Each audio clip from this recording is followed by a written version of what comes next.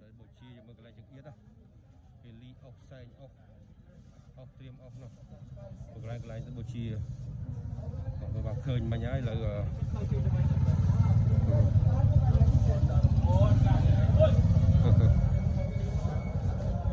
cái xanh pile màu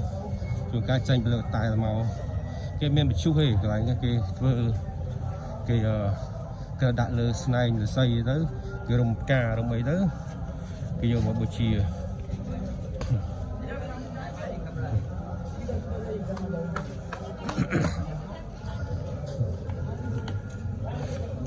này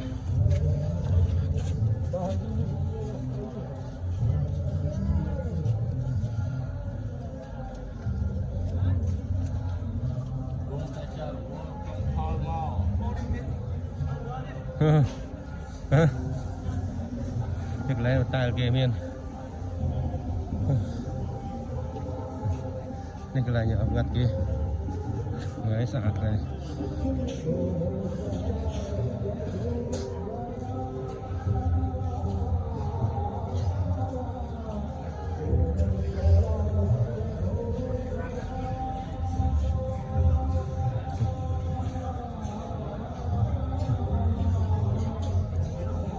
lấy sạc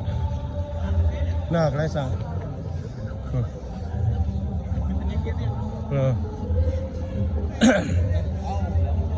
nào đây